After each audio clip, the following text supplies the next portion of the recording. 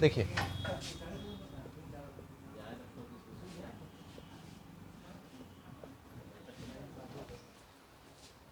आज एक चैप्टर देखते हैं हम, आज से शुरू करते हैं। चैप्टर का नाम है आपका नरेशन होगा, है ना।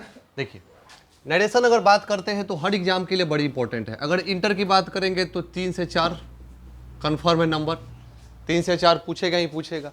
अगर आप उसको थोड़ा सा लेवल हाई कर लो, बैंकिंग में आ जाओ, तो बैंकिंग में लगभग इसका लेवल कर देता है 10 से 15 क्वेश्चन कर देता है ना। कभी कभी इसको 5 भी क्वेश्चन डालता है। वही बात करेंगे एसएससी की बात करेंगे तो एसएससी में तो और लेवल करके 20 से 25 तक क्वेश्चन डाल देता है इसमें, केवल नरेशन से। समझ रहे हो? तो ये एग्जाम चाहे छोटा हो या एग्जाम फिर बहुत बड़ा हो, हर एग्जाम के दृष्टि से ये सेंटेंस, ये क्या होगा, ये चैप्टर हमारे लिए बहुत महत्वपूर्ण चैप्टर है ये हमारे लिए, है ना।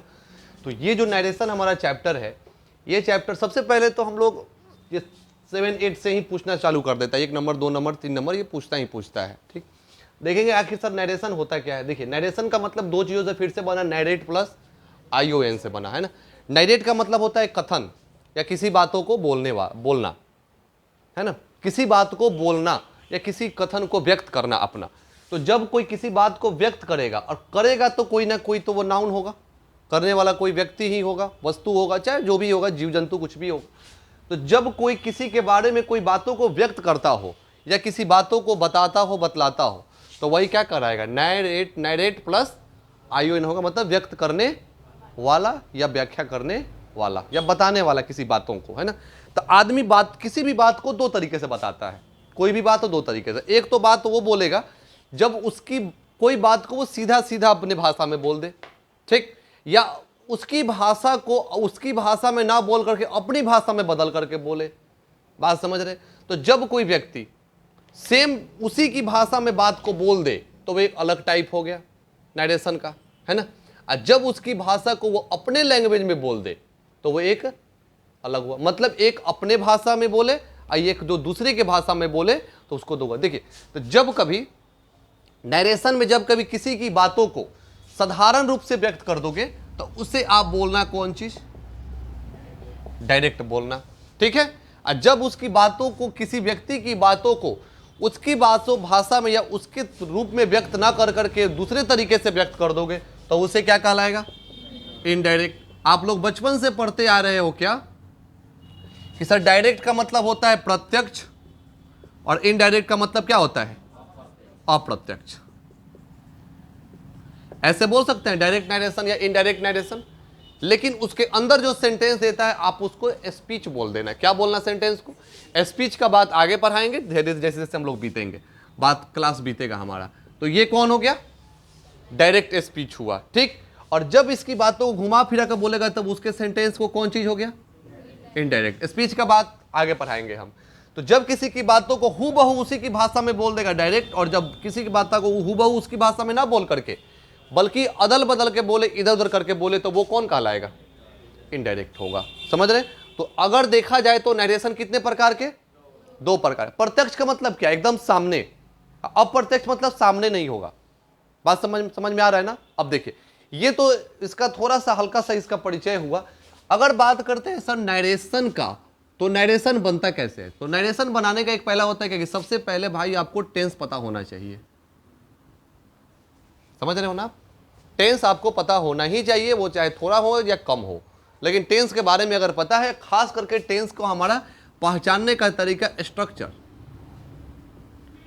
अगर स्ट्रक्चर पता है आपको तो आप उस टेंस को कौन से टेंस में ये पहचान लोगे, आप पता कर लोगे। टेंस आप जानते हो, टेंस कितने प्रकार के, 3 प्रकार के, और हर का कितना प्रकार, 4 प्रकार। तो 12 प्रकार, 3 प्रकार, 3 गो टेंस, हर 3 का 4-4 गो, और हर 4 का सेंटेंस कै गो, मतलब कै गो सेंटेंस बनेगा, 6-6 गो। तो टेंस प्रकार 3 हो गए, ये प्रत्येक तीनों का 4-4 गो होगा, ये प्रत्येक 4 में कितना कितना स्ट्रक्चर आएगा। तो भाई आपको टोटल स्ट्रक्चर कितना बात करेगा, तो ये 72 स्ट्रक्चर आपको पता होना चाहिए, आपको याद होना चाहिए। आखिर कब जाएगा, तो बात आता है सर टेंस पहचानेंगे कैसे, टेंस कैसे पहचानेंगे।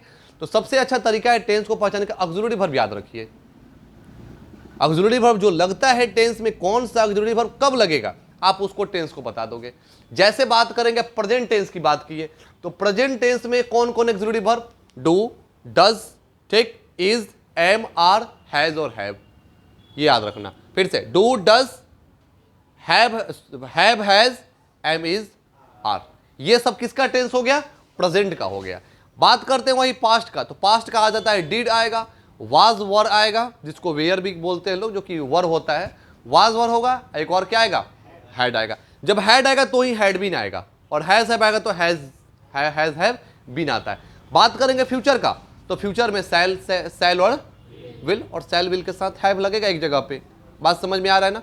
तो ये ऑक्सिलरी वर्ब, जैसे कि आपको पता चला सर सेल से दे दिया, तो भाई सेल से दे दिया तो पता है, बोलो ना सबको कि क्या है ये, फ्यूचर है ये।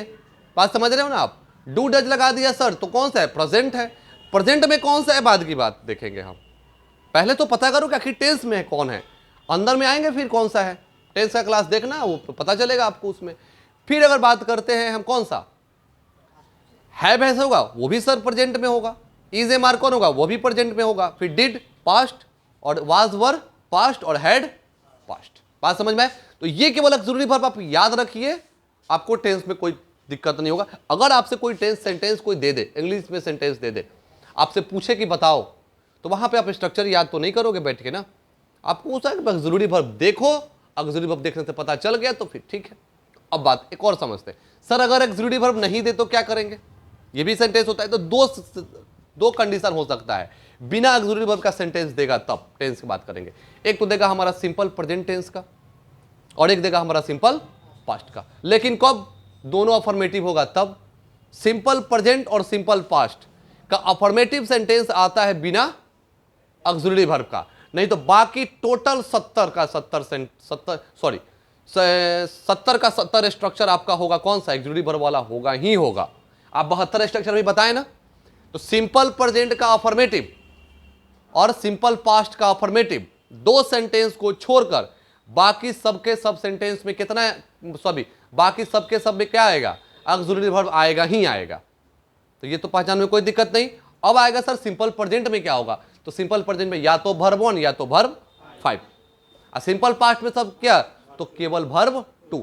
एकमात्र सिंपल पास्ट ही एक ऐसा सेंटेंस है कि जिसमें वर्ब का कौन सा रूप प्रयोग होता है? दूसरा रूप प्रयोग होता है। बात समझ में आ रहा है ना? तो इसमें आप टेंस पहचान सकते हो। अब ये बच्चा वाला रटने वाला आदत छोड़ दो, थोड़ा सा स्मार्ट तरीके से याद करना है हमको। समझ रहे हो बात? तो ऑक्सिलरी वर्ब से आप पता करो कि कौन सा टेंस कहां पे है, कैसे है। अगर ऑक्सिलरी वर्ब दिक्कत है फिर वर्ब से पता कर लो। वर्ब भी आसान है पहचानना, 5 को वर्बे है, 1 2 3 4 5, 1 का कहां, 2 का कहां, ऐसे भी याद कर सकते हो। ये भी हम क्लास दिए हुए हैं इसका हम लोग, ठीक है। आगे समझते हैं सर टेंस। तो ये आप पता करना, रिवीजन कर लेना, क्लास को देख लेना आप लोग, या अपनी कॉपी को पलटना।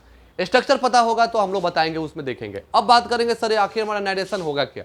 तो नरेशन का देखिए, अंग्रेजी में कुछ भी आप पढ़ोगे ना, चाहे जो भी चीज पढ़ो, छोटा पढ़ो बड़ा पढ़ो जो पढ़ो, आपको उसको हिंदी से नहीं पढ़ना होगा।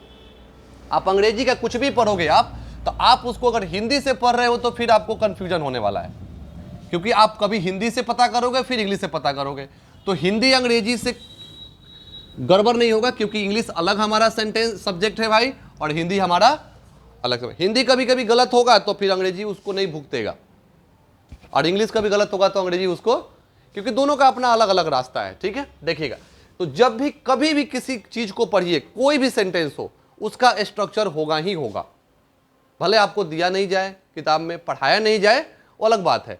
हर बाबू छोटा से छोटा जो आपका आएगा ना पढ़ने के लिए चैप्टर, उन सब का स्ट्रक्चर होता ही होता है। जैसे आपको एडजेक्टिव हमने पढ़ाया, याद है बताए थे, किसी नाउन या प्रोनाउन के पहले कोई एक ऐसा शब्द आ जाए जो उसके बारे में बता दे, वो एडजेक्टिव होगा। याद है ये क्लास? तो एडजेक्टिव का स्थान कहां पे? नाउन या प्रोनाउन के ठीक। ये क्लियर हुआ कि नहीं हुआ? तो ये भी तो स्ट्रक्चर बनेगा ना, कि नाउन के तुरंत पहले ADJECTI भी एडजेक्टिव नहीं हो सकता है, तो ये भी इसका आपका क्या हुआ ये।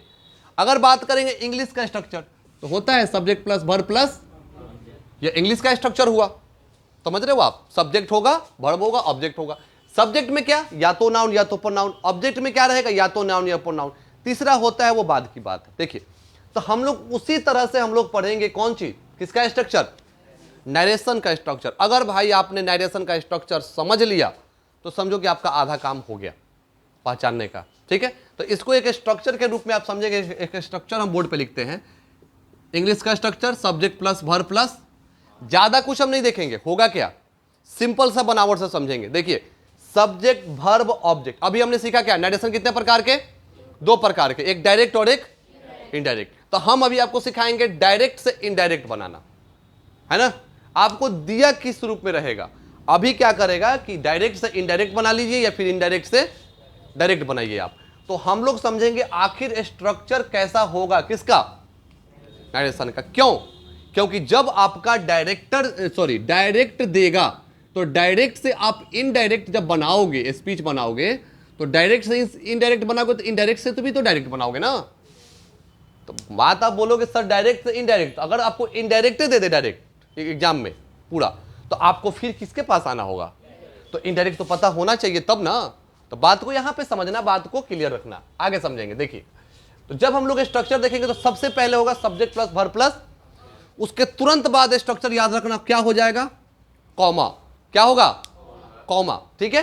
उसके बाद फिर से होगा subject plus verb plus object, फिर कौन उसके बाद, लेकिन ये कोई बड़ी बात नहीं, उसके ऊपर क्या लगा रहेगा, इन्वर्टेड कोमा। ये देखिए ये जो आपका स्ट्रक्चर हुआ, ये टोटल का टोटल स्ट्रक्चर किसका हो गया, नरेशन का। लेकिन नरेशन में किसका, डायरेक्ट का। किसका, आपको डायरेक्ट से मतलब है ना, इनडायरेक्ट तो हम लोग बोलते ही है रोज का रोज, नहीं बोलते हैं। हमको मतलब किससे है, हमको मतलब डायरेक्ट से, डायरेक्ट देगा आखिर होगा कैसा। देखिए इस पे काफी हम लोग मेहनत करेंगे, इस पे समझना हो कि भी ऐसे ही नहीं देता है, ठीक है। देखिएगा subject plus verb plus object के बाद कॉमा है, क्या है ये, कॉमा। स्पेलिंग इसको सुधारिएगा COMMA, है ना, कॉमा। आगे लेके देखिएगा आगे क्या होगा। कॉमा के बाद एक ऐसा सेंटेंस दिया हुआ है कि जो सेंटेंस किसी चीज से पैक है, पैक है ना, मतलब ऊपर से इसको क्या किया हुआ है, ये बांधे हुए पैक करके रखा हुआ है। अब देखिए ये जो चीज होता है ना, ये दोनों, ये कॉमा देखिएगा, जब आप कॉमा ऐसे लगा रहे हो ना, इसी को पलट करके ऊपर कर दिया, क्या कर दिया, देखिएगा इसी को पलट के ऊपर किया है ना, और कुछ नहीं है। देखिएगा इसको आप देख रहे हो इस तरह से घुमा हुआ है, तो ये इस तरह से घुमा हुआ है, मतलब कि ये जो यहां पे है ऊपर में इसको पलट के उल्टा कर दिया। तो उल्टा चीज को यहां पे देखो, आप एक मैथ पढ़ना होगा आप लोग को, जिसको बोलता है इनवर्स ट्रिगोनोमेट्री। एक चैप्टर आता है मैथ में, इनवर्स ट्रिगोनोमेट्री। तो यहां पे देखिएगा ये तो आपका कॉमा, लेकिन इसको आप लोग नाम बोलना आज से इन्वर्टेड कोमा। आप लोग जानते भी होंगे, कोई नया चीज नहीं है। क्या है ये, इन्वर्टेड कोमा। लेकिन देखिए एक गलती यहां पे करेंगे हम लोग, क्या, संबंध ध्यान समझना है। देखो जब आप यहां पे देखो, हर बार में बोल देते हैं हम लोग, लेकिन अब से नहीं बोलोगे। यहां पे जो कॉमा यहां पे एक लगा, इसलिए इसको क्या बोला, कॉमा बोला। लेकिन यहां पे क्या कॉमा एक है, बल्कि यहां पे कॉमा कई गो है, तो इसको कॉमा ना बोल के इन्वर्टेड क्या बोलोगे, कॉमास बोलोगे, ठीक है। तो ये चीज क्लियर करना, समझ रहे हो। तो इन्वर्टेड कॉमास हुआ ये। इन्वर्टेड कॉमास के बाद क्या कर दिया, बाद किया है, ये पहले किया। यहां पे ध्यान देना, जब आप ये स्ट्रक्चर लिखोगे तो इस बात का बड़ी ध्यान रखोगे, यह जो कॉमा होगा, सॉरी फुल स्टॉप होगा, वो हमेशा होगा इन्वर्टेड कॉमास के अंदर में रहेगा। बात समझ रहे। अगर देखिए अगर यहां पे तो फुल स्टॉप दिया इसलिए ना, अगर मान लीजिए यहां पे आपको दे देता क्वेश्चन मार्क, वो भी रहता है इन्वर्टेड कॉमास के अंदर ही रहेगा, ये बाहर नहीं जाएगा। तो स्ट्रक्चर के रूप में ये समझना, एक होगा आपका इन्वर्टेड कॉमास के बाहर, एक होगा इन्वर्टेड कॉमास के अंदर। बात समझे कि नहीं समझे। इन्वर्टेड कॉमास के अंदर वाला एक सेंटेंस, और सर बोलोगे सर एक इन्वर्टेड कॉमास के बाहर वाला सेंटेंस। यही दो चीजें आपको, यही दो चीजें दिया ही रहेगा, इससे अलावा कुछ नहीं देगा, समझ रहे हो। तो देखिएगा इसका स्थान पता चला, इसमें गलती आप लोग अभी अब से कभी मत करना, और उच्चारण भी शुद्ध रखना। क्या रखोगे आप उच्चारण, इन्वर्टेड कॉमास रखोगे, कॉमा मत बोलना। अगर आप कॉमा बोलोगे तो कॉमा इसको बोलोगे आप। बात समझ में आ रहा है ना, इसको कॉमा बोलोगे, इसको कॉमा नहीं बोलोगे, इसको क्या बोलोगे, कॉमास बोलोगे, है ना। अब आगे देखिए, देखिए यहां पे आपके पास इस स्ट्रक्चर में दो सेंटेंस आपका है। तो एक बात और बता देते समझिएगा, जब कभी किसी सेंटेंस में कॉमा और इन्वर्टेड कॉमास के द्वारा सेंटेंस में दिया हो, तो उसको आप लोग बोलना डायरेक्ट स्पीच। क्या बोलोगे आप, जिसमें आपको क्या लगा, डीएस बोल देंगे शॉर्ट में, कोई दिक्कत। जब आपको कोई सेंटेंस में कोई एक सेंटेंस या तो इन्वर्टेड कॉमास के अंदर दे दिए जाए, तो उसको क्या बोलोगे आप, डायरेक्ट स्पीच बोलोगे, कोई दिक्कत नहीं। अब देखिए एक बात समझिएगा, एक और चीज गलत बताया जाता है कहीं कहीं पे कभी कभी कि जब भी होगा ये बाद में होगा, ये पहले होगा, ऐसा कोई जरूरी नहीं है। ये कहीं भी रह सकता है, इसमें कोई दिक्कत नहीं है। बात समझ में आया? इन्वर्टेड कोमास के अंदर वाला पहले भी रह सकता है और बाद में तो है ही, मतलब इसको स्थान से कोई मतलब नहीं रहेगा। इसको जहां पे देना होगा एग्जाम में आपको दे सकता है, इसलिए वहां पे कंफ्यूज नहीं करोगे। आपको जब बनाना होगा तो इस वाले को ही पहले लिखना होगा, हम वही बताएंगे तब समझ में आएगा। समझ में आ रहा है कि नहीं? तो ये कोई दिक्कत? अब देखिए यहां पे जो हमने 2 सेंटेंस पढ़ा भाई, यहां पे आपका 2 सेंटेंस आया। देखिए जो आपका यहीं पे याद होगा परिभाषा, जो सेंटेंस डायरेक्ट स्पीच में कितने सेंटेंस? 2 सेंटेंस। कैसे? एक सेंटेंस इन्वर्टेड कोमास के बाहर और एक इन्वर्टेड कोमास के अंदर। आगे पहले वाला बाद वाला से याद नहीं रखना है। कुछ बच्चे याद करते हैं सर एक को पहले वाला को ये बोलेंगे, बाद वाले को ये बोलेंगे, तो उससे मतलब नहीं। डायरेक्ट आप याद रखोगे सर इन्वर्टेड कोमास के बाहर, इन्वर्टेड कोमास के अंदर। देखना जो सेंटेंस इन्वर्टेड कोमास के बाहर है उसको आप लोग बोलना रिपोर्टिंग क्लॉज। क्या बोलोगे? इसका नाम आज से बोलना रिपोर्टिंग क्लॉज बोलना। अब से जानते भी होंगे आप लोग कौन सा सेंटेंस। अब देखिए अगर आपसे पूछे कि रिपोर्टिंग क्लॉज क्या, तो रटने की कोई जरूरत नहीं है। वैसा सेंटेंस जो इन्वर्टेड कोमास के कहीं हो उससे कोई मतलब नहीं है। यह होगा हमेशा इन्वर्टेड कोमास के कहां पे? सॉरी बाहर में होगा। रिपोर्टिंग क्या कहलाएगा? क्लॉज होगा। अब देखिए एक आया इन रिपोर्टिंग क्लॉज के, सॉरी एक आया इन्वर्टेड कोमास के अंदर। तो वैसा सेंटेंस जो इन्वर्टेड कोमास के कहां हो? अंदर हो, उसको भाई बोलना रिपोर्टेड स्पीच बोलना। आप रिपोर्टेड स्पीच बोलना। इसको डीपली हम लोग बाद में देखेंगे, पहले हम स्ट्रक्चर समझा रहे हैं। आखिर सर इसका नाम क्यों हुआ ये भी हम समझा देंगे, कि इसका नाम रिपोर्टिंग का है किया, इसको रिपोर्टेड का है किया। नहीं बात समझे?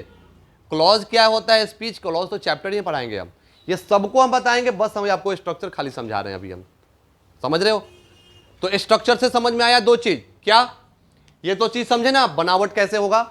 उसके बाद आपने क्या सीखा? इन्वर्टेड कोमास के अंदर, इन्वर्टेड कोमास के बाहर।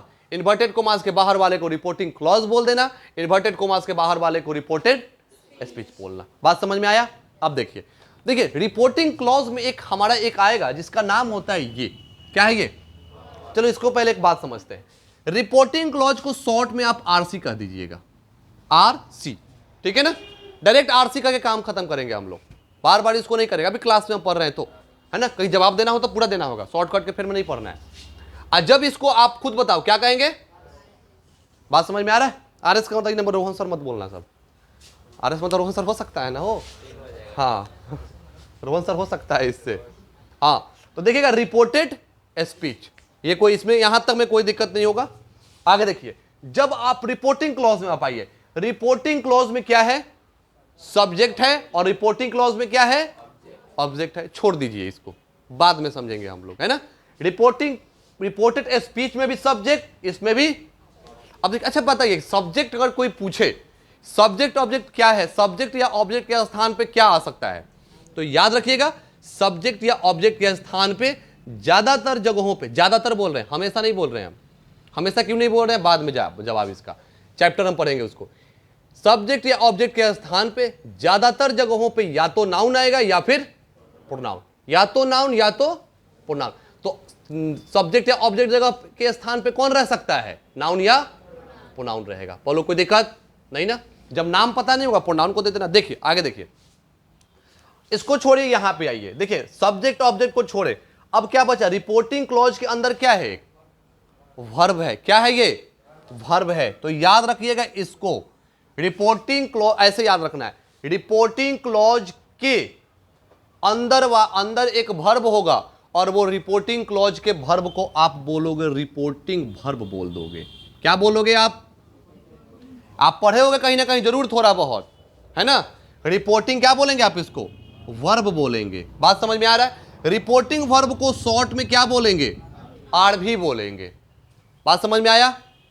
अब देखिए अब इसको हम लोग वर्ब को नहीं पढ़ेंगे। किसको? रिपोर्टेड क्लॉज के, रिपोर्टेड स्पीच के वर्ब को नहीं पढ़ेंगे। क्यों नहीं पढ़ेंगे उसका जवाब सुन लो। क्योंकि देखिएगा यह जो वर्ब है ना, ये वर्ब है, यही वर्ब भाई मेरे आपके पूरे टेंस का निर्धारण कर देगा। बात समझ में आ रहा है कि नहीं? ये अगर टेंस आपको पता, भाई अगर आपको वर्ब दिया तो वर्ब जब आपको दिया तो कौन सा वर्ब? Main verb. कौन वर्ब? इस मेन वर्ब की बात हम कर रहे हैं। सॉरी गड़बड़ बोल दिया, हम भी मेन वर्ब की नहीं बोल रहे, हम ऑक्सिलरी वर्ब की बात कर रहे हैं। मेन वर्ब भी इसमें समाएगा। क्यों?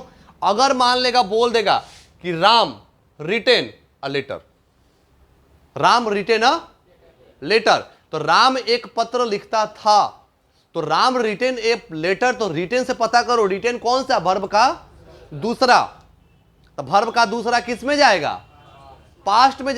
पास्ट के किस में जाएगा उससे कोई मतलब नहीं है, डायरेक्ट आप क्या बोलो।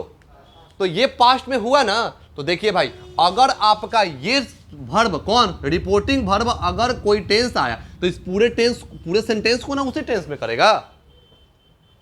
आखिर में काम कैसे पता चलेगा? आखिर में यह काम पता चलेगा हमेशा, कैसे पता चलेगा? हमेशा यह वर्ब से पता चलेगा। समझ रहे हैं बात?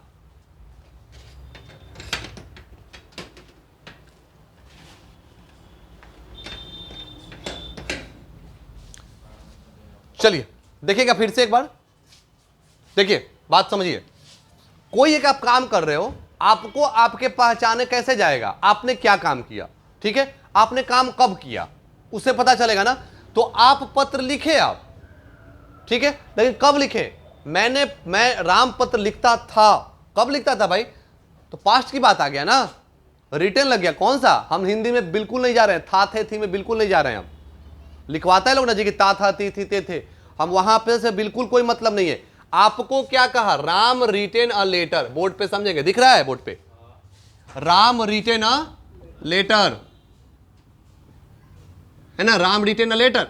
अब बताइए, रिटेन हुआ वर्ब का कौन सा रूप? दूसरा। वर्ब का दूसरा रूप कौन सा? Simple past, SP. Simple past हुआ ना, तो बताइए कि जब काम सिंपल में हुआ तो पूरा सेंटेंस में ना हुआ होगा वो। तो वर्ब बताए भी थे कि टेंस का निर्धारण कौन करता है? वर्ब करता है टेंस का निर्धारण। तो भाई अगर आपका ये पास्ट में तो ये पूरे को ना पास्ट में करेगा, अगर ये प्रेजेंट में है तो पूरे को प्रेजेंट में, अगर ये फ्यूचर में है तो पूरे फ्यूचर को करेगा। बात समझ में आ रहा है कि नहीं आ रहा है? तो एक नियम होता है कि इसके टेंस को आप पता कर लो। अगर यह टेंस आपको पता करने आ गया तो भाई ये बड़ी मजे में बन जाएगा। कौन? Reported speech. तो इसीलिए हम लोग वर्ब को देखें, क्योंकि टेंस को पता किससे करेंगे? इस पूरे टेंस को पता किससे करेंगे? रिपोर्टिंग। अब इससे कोई मतलब ही नहीं रहेगा हमको। एक बार नियम कहता है, अभी चर्चा नहीं करेंगे हम, आप नहीं जानते होंगे, जानते भी होंगे तो चर्चा नहीं करेंगे। कहता है कि अगर प्रेजेंट में है तो मत बदलो, अगर फ्यूचर में है तो मत बदलो, लेकिन पास्ट में है तो बदलो इसको आप। तो पास्ट को बताने का काम कौन करेगा? है ना करेगा वो।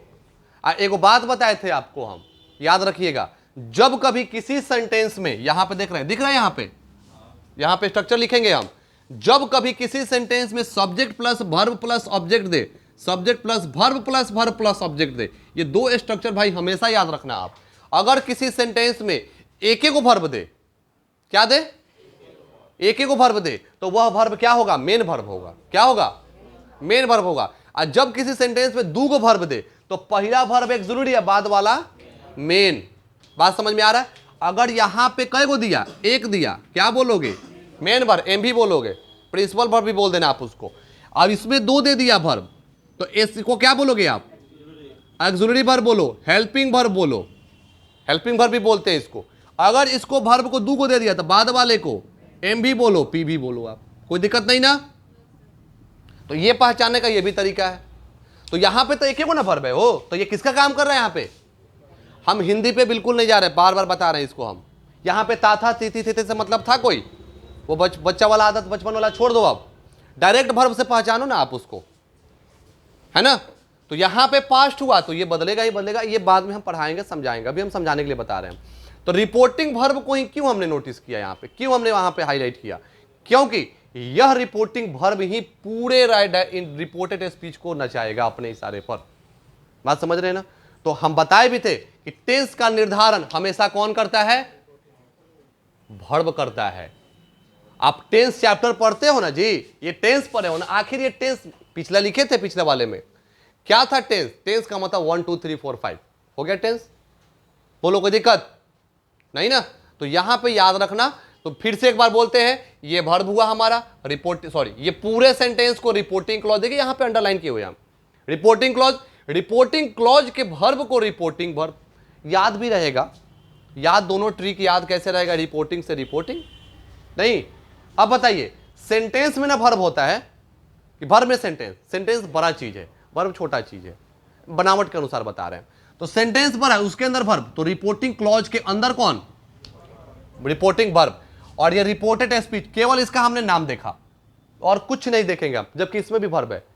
इसका वर्ब बदलेगा, कैसे बदलेगा, अगर ये पास्ट होगा तो बदलेगा ही बदलेगा, इसका कोई पावर नहीं होगा। सबसे पावरफुल कौन होगा, कौन बच्चा बोलेगा सर इसको रिपोर्टेड वर्ब नहीं बोलेंगे, तो इतना फेर में पढ़ना ही नहीं है, टाइम पास नहीं करना है। बात को समझे कि नहीं समझे। इसके अलावा भाई मेरे आपका कुछ भी नहीं है यहां पे, बात समझ रहे हैं क्या है, reporting clause, reported speech. Reporting clause के वर्ब को रिपोर्टिंग वर्ब, एक सेंटेंस इन्वर्टेड कोमास के बाहर वाले को रिपोर्टिंग क्लॉज, रिपोर्टिंग क्लॉज के वर्ब को रिपोर्टिंग वर्ब, एक होता है सेंटेंस इन्वर्टेड कोमास के अंदर, इन्वर्टेड कोमास के अंदर वाले सेंटेंस को रिपोर्टेड स्पीच बोलेंगे। बनावट के अनुसार हमेशा इन्वर्टेड कोमास के अंदर ही होगा, कौन सा, कुछ भी आ जाए, फुल स्टॉप आ जाए, एक्सक्लामेशन साइन आ जाए, इंट्रोगेटिव वाला साइन आ जाए, चाहे जो साइन आ जाए, वो हमेशा कहां पे रहेगा, इन्वर्टेड कोमास के अंदर रहेगा। एकदम ये बाउंड्री लाइन बनेगा। बात समझ रहे हैं, कोई दिक्कत, थोड़ा सा उतार लेते हैं फिर आगे हम लोग पढ़ते हैं क्या है कैसे, ठीक है।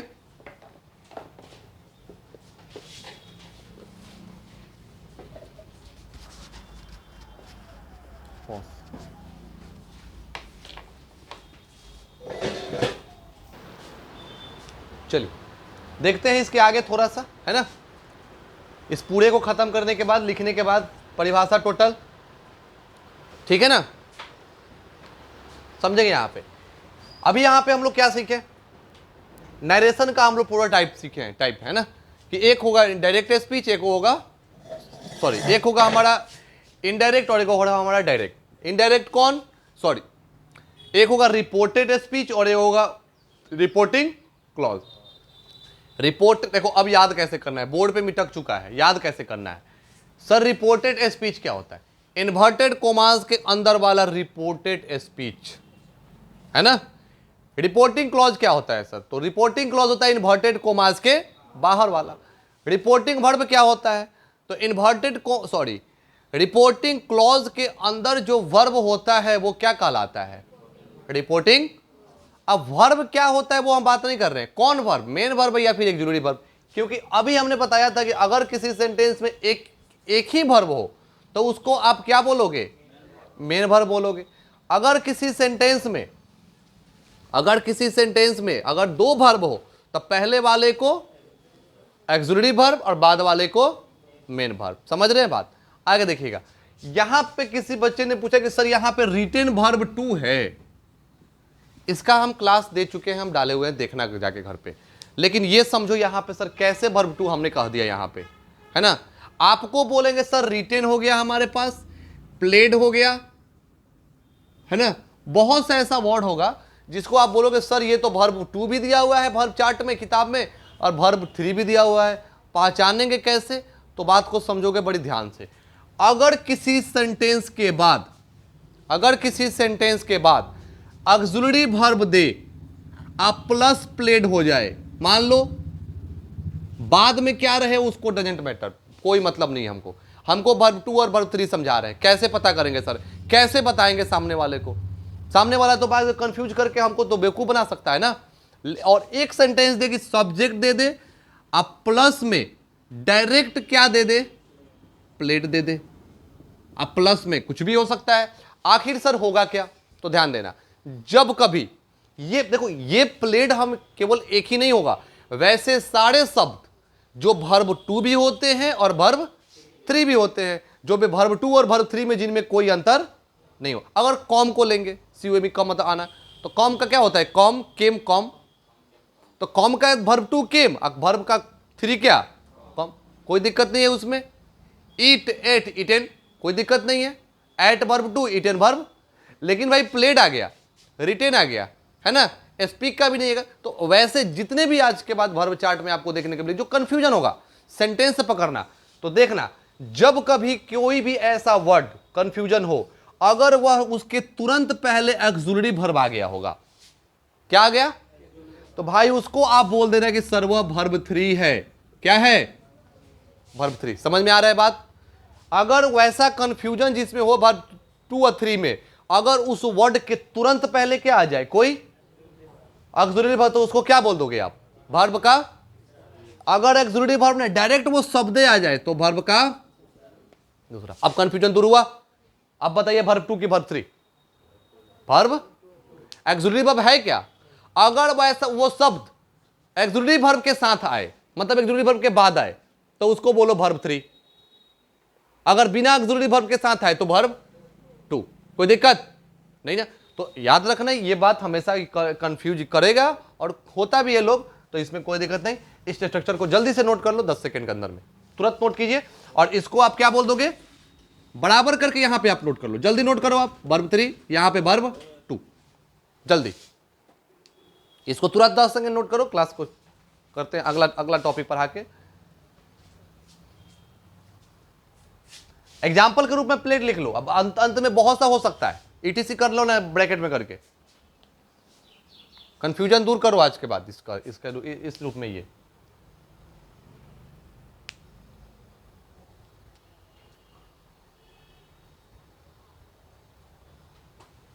हो गया सबका, आगे समझेंगे आप। देखिए अगर आपको ये मिल गया, अब बताइए, अब तो टेंस पहचानने में कोई दिक्कत नहीं ना। हम थोड़ी देर पहले बोले थे कि सिंपल पास्ट का सिंपल पास्ट का अफर्मेटिव सेंटेंस याद करो। सिंपल पास्ट का अफर्मेटिव सेंटेंस में ऑक्सिलरी वर्ब होता ही नहीं है, बताया ना, ऑक्सिलरी वर्ब होता ही नहीं है। तो ये तो आएगा ना, तो वर्ब 2 वर्ब 3 वाला, तो उसको कौन होगा, वर्ब का कौन सा होगा, दूसरा होगा। एग्जाम्पल समझ रहे हो ना आप, बात खत्म। लेकिन अगर उसके बाद से, लेकिन देखिए ना, डू डस डिड एक ऐसा ऑक्सिलरी वर्ब है जो कि ऑक्सिलरी वर्ब के साथ साथ मेन वर्ब का भी काम करता है।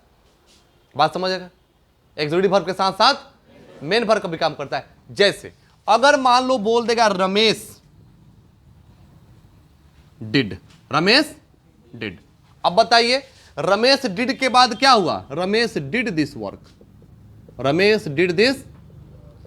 इसमें वर्ब कएगो भाई, एगो।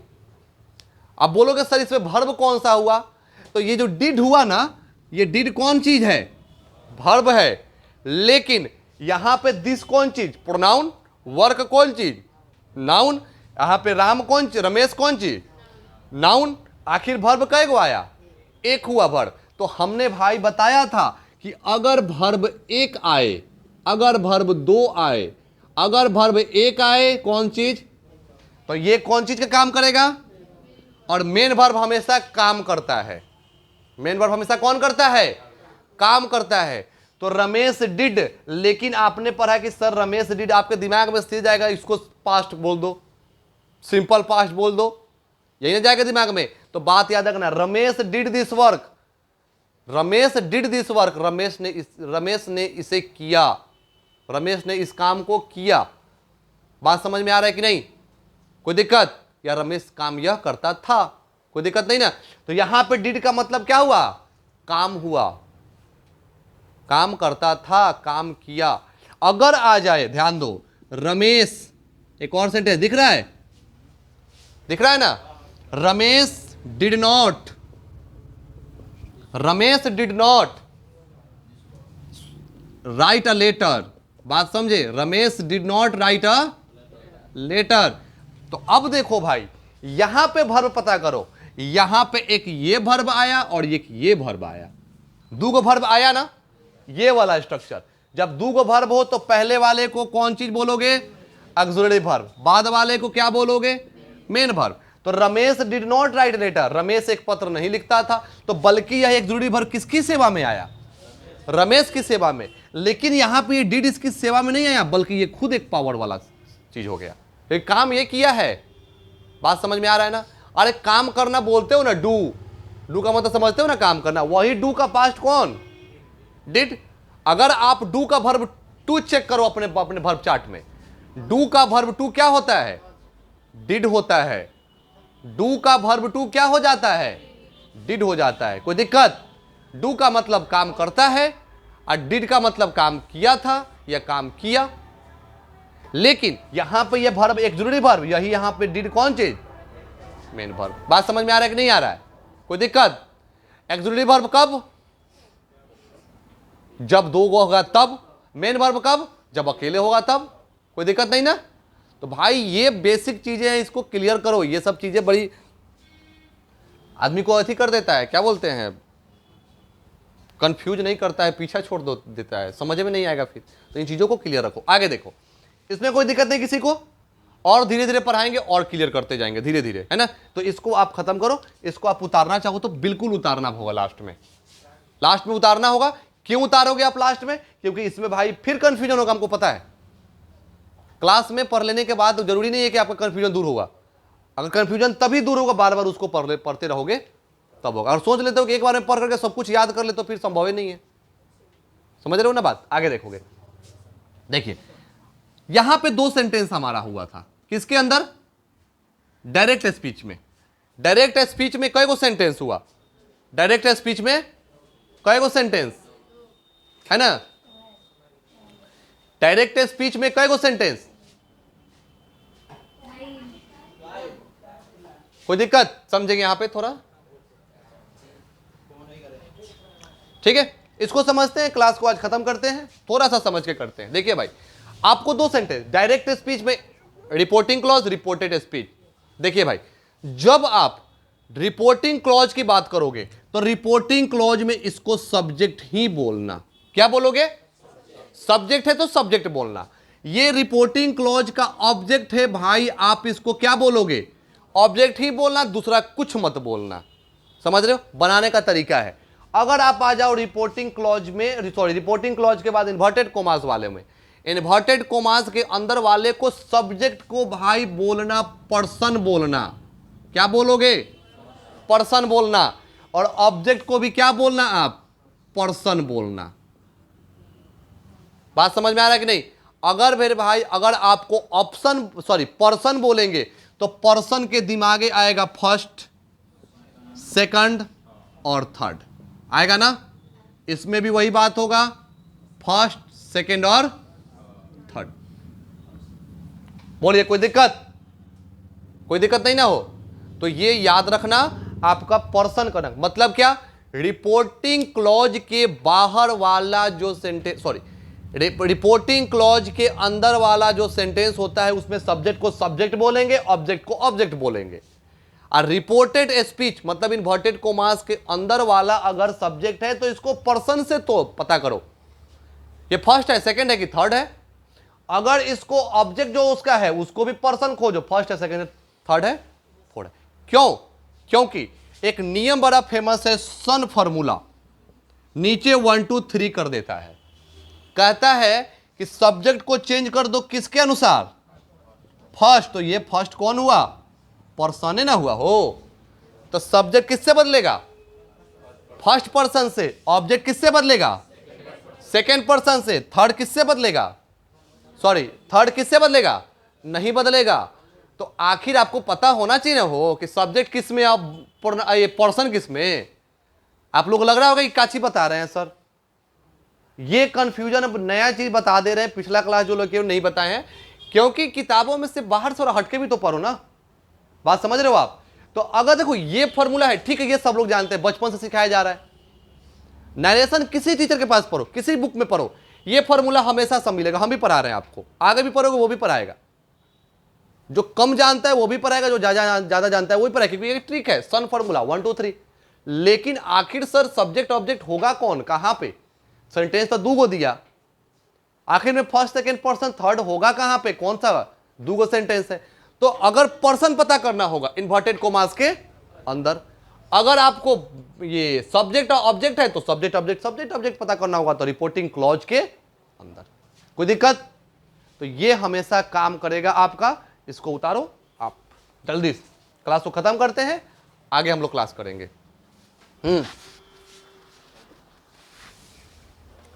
जल्दी इसको उतारिए लो।